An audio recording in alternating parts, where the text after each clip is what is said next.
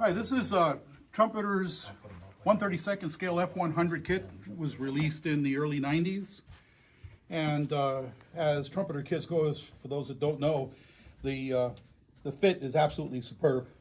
I built this kit without using any filler of any kind.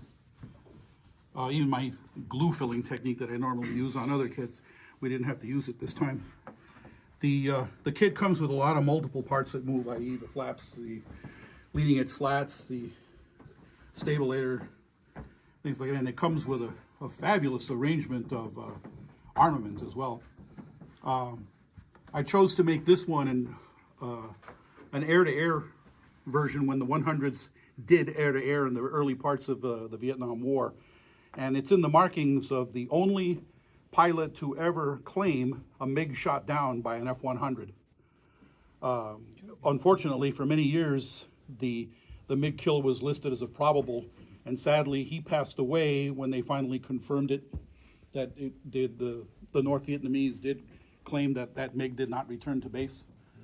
So, well, he knew. Yeah, he did, yeah. What was it, a MiG-17? MiG-17, yeah.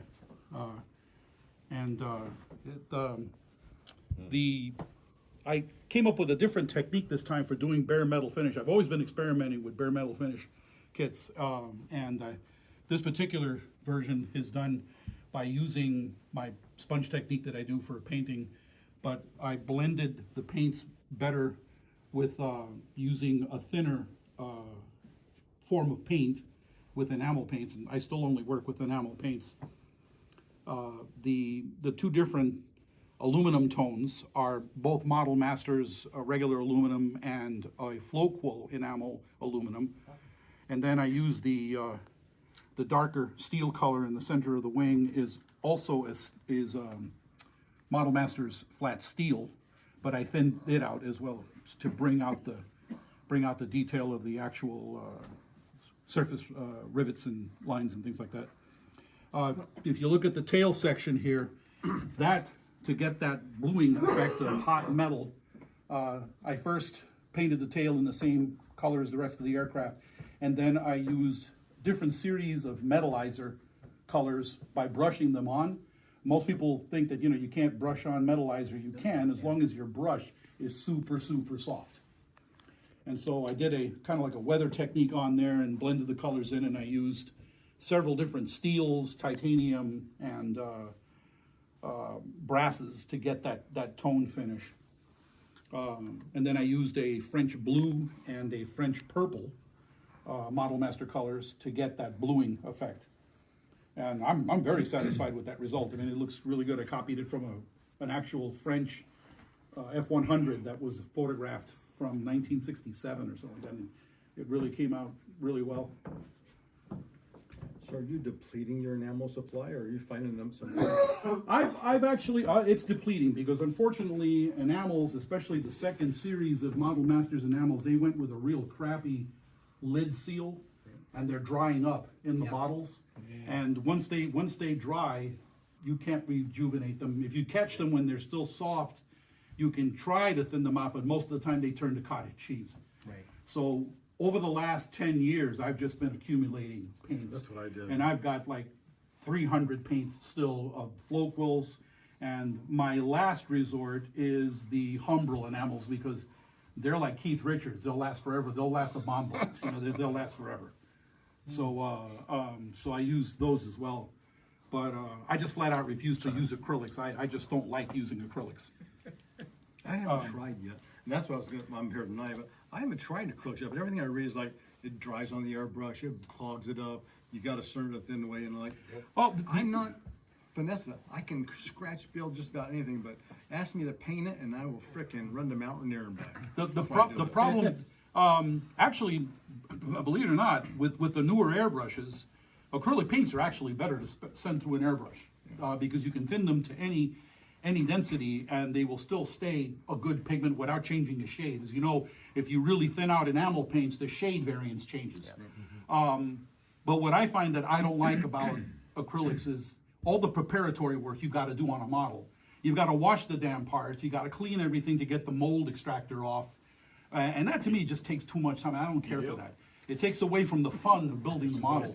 And in fact, I used to, I've been building models since I was 8 years old, and I've used several different mediums, and I've used several different kinds of airbrushes, and I've gone back to not using an airbrush because to me it's more fun to do everything by hand. I don't use any of the new technology stuff, with the exception of photo etch. You painted that by hand? Yes, that's all done by hand. Wow. That's the opinion of Rob Otero. That's right. The opinion. That's right. Ancient model master personified. So Rob, what about that the tin of the Revell paint? Well, I haven't used Is it that yet. enamel? That That's is enamel. Yeah, right? that is enamel. The It's like Revell Umbro. paints. In fact, I opened up the one you sent me, that white, and I looked at it, and you know what? I think Revell just copied the Umbro formula because the consistency, even the smell is exactly the same. I happened to go by Hobbytown over at South Center out there, and they had the whole stack of these paints. And it's Yeah, like the Umbro- complete I rack. thought the enamels were banned though in the United States. I don't know what they're Revell doing, paint, but yeah, the it's the Revell- Revell what- brand. What do they say? Actually, they come from email or something like that. EMA. yeah, IL, yeah, yeah, it's like email. email. It's Revell Like email. Revell. They are Revell of Germany. Yeah.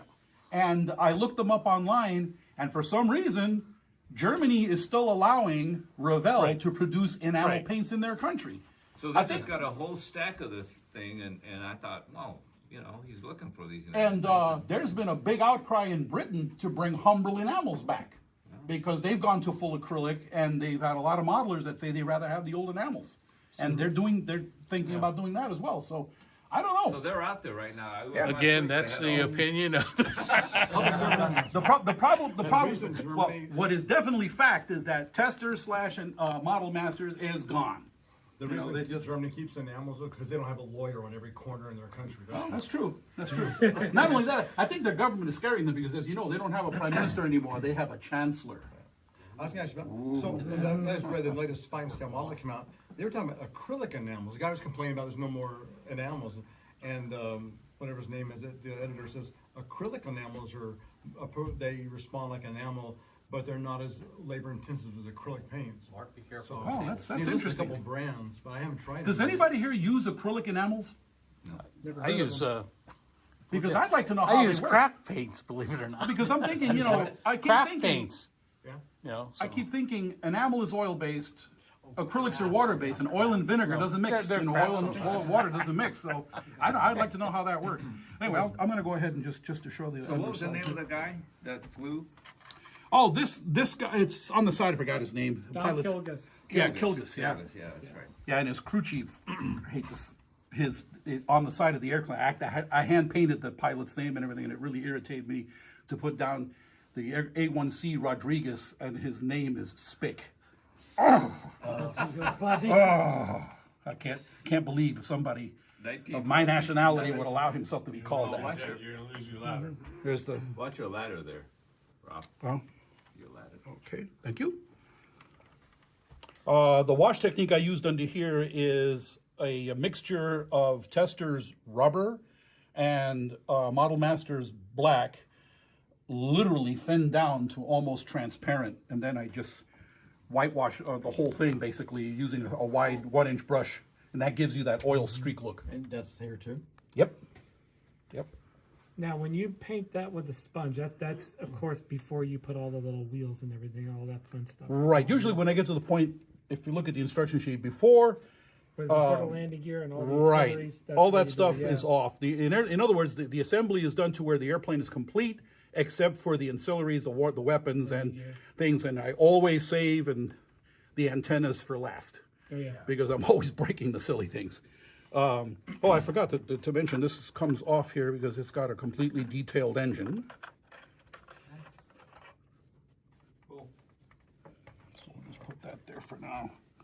Wow. When you had that on, I didn't even tell there was a seam there. Well, that's the beauty about this kit. I like those monogram kits that do that. Yeah. I must admit, I had to do some And that's the filing opinion. down.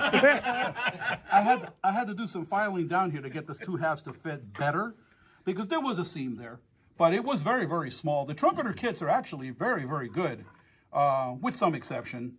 They really do build a very, very good kit. I mean, I always loved their cockpits, with the exception, if I'm trying to remember now, I built this kit 3 years ago. Yes, with very, very few exception. I think it's the buckles on the seatbelts. Everything in that cockpit is out of the box. Wow. So, that saves you a couple of $100 on accessories and things like that. And that, where the engine, the rear section comes off, that's a regular panel line anyway, right? That is the actual seam. The Trumpeter is really good about that. Wherever there's a seam that comes apart for an access panel or for an engine accessory area is the actual line on the real airplane. So the oxygen hose and the remove before flight tags and everything, that all was part of the kit? The remove before flight tags, they came from a Tamiya kit. They give you a sheet of remove before flight tags. You cut them out. They're not decals. They're made of paper. You cut them out, and then I scratch built the cables and pins. Okay. The same thing is with the, I take it back. The landing gear control handle on the instrument panel is scratch built. It's the only thing I scratch built in the cockpit. Okay. How old is the kit, you say? This kit came out in the late, what did I say? Late or early 90s. I think it was in the 90s, yeah, when it came out. 3 years Good since you kid. built it? Yeah, huh? You built it about 3 years ago? Going out the first year. It's not one of your COVID builds? It's one of my COVID bills, yeah. Yeah. I built 36 kits, 32nd scale airplanes during COVID. And I did, my first year, I devoted strictly to the Korean War. My second year was the Vietnam War. And then I finished off the second half of the third year doing 91 Gulf War airplanes. Well, I don't even to brag, but during COVID, I opened and started 7 kits. Oh. Yeah, that's about it. Yeah. I opened and started about 20, 30 kids. Last week. No, in the last 3 years. I honestly don't know how you guys can do that. If I start a kit and then I leave it alone, it haunts me. No. They go back in there and finish. I mean, I actually got up, wake up in the middle of the night, and then go into my model room at 3 o'clock in the morning and finish the damn model or work on it because it just drives me nuts. I just can't leave it undone. Anybody have any questions? So it was a great build, huh? Yeah. Good. It was a great build. Very it was great. enjoyable. You did a great job. Really good, Rob. In the like I said, they did release a 2-seater one, an F model. I haven't built that yet. They got a C model too. I see. Yes, yeah. All in 30 seconds? In 32nd, yeah. How much do they go for now? Jeez. They're pretty expensive. They're 139. Here's one for 89. Well, that's what they're asking. You got to go in the sold section. yep. Is that a rubber tire on that kit? Yeah. Oh, yeah. All the 32nd scale Trumpeter kits have rubber tires, just like Tamiya kits. Front tires too, huh? Yep. Yep. And they're really nice too. No seams, no flash. Really nice, and they pop on the rims real easily. So you can construct the airplane with or without the engine showing, huh? I mean, Yes. The model also. I think the model has a display stand for the engine, if I am not Like a mistaken. maintenance Most of stand? these, Yeah. most of them do. Maybe this one doesn't, but most of the ones they do. No, this one doesn't have one. And all the armament came with it, huh? Oh yeah, they're really you get a chance, look at the instructions, and you'll see. I mean, they give you a really nice selection of weapons, air to air, air to ground, you name it. They give you all sorts of stuff. They're really fabulous models. They are. I mean, they are expensive. I'm going to say they're all over $100, unfortunately. But that's the way of the world these days. I am against it, but also, when you go to a model show, if you find somebody who has a Trumpeter kit for sale for $20 and he started it, buy it if you want it, because that's what I did. And then whatever they started, I either replaced it or fixed it up, or usually they start on the cockpit and they lose interest. And you can really fix that up easily. Yep. And that's a good way of getting these kits inexpensively.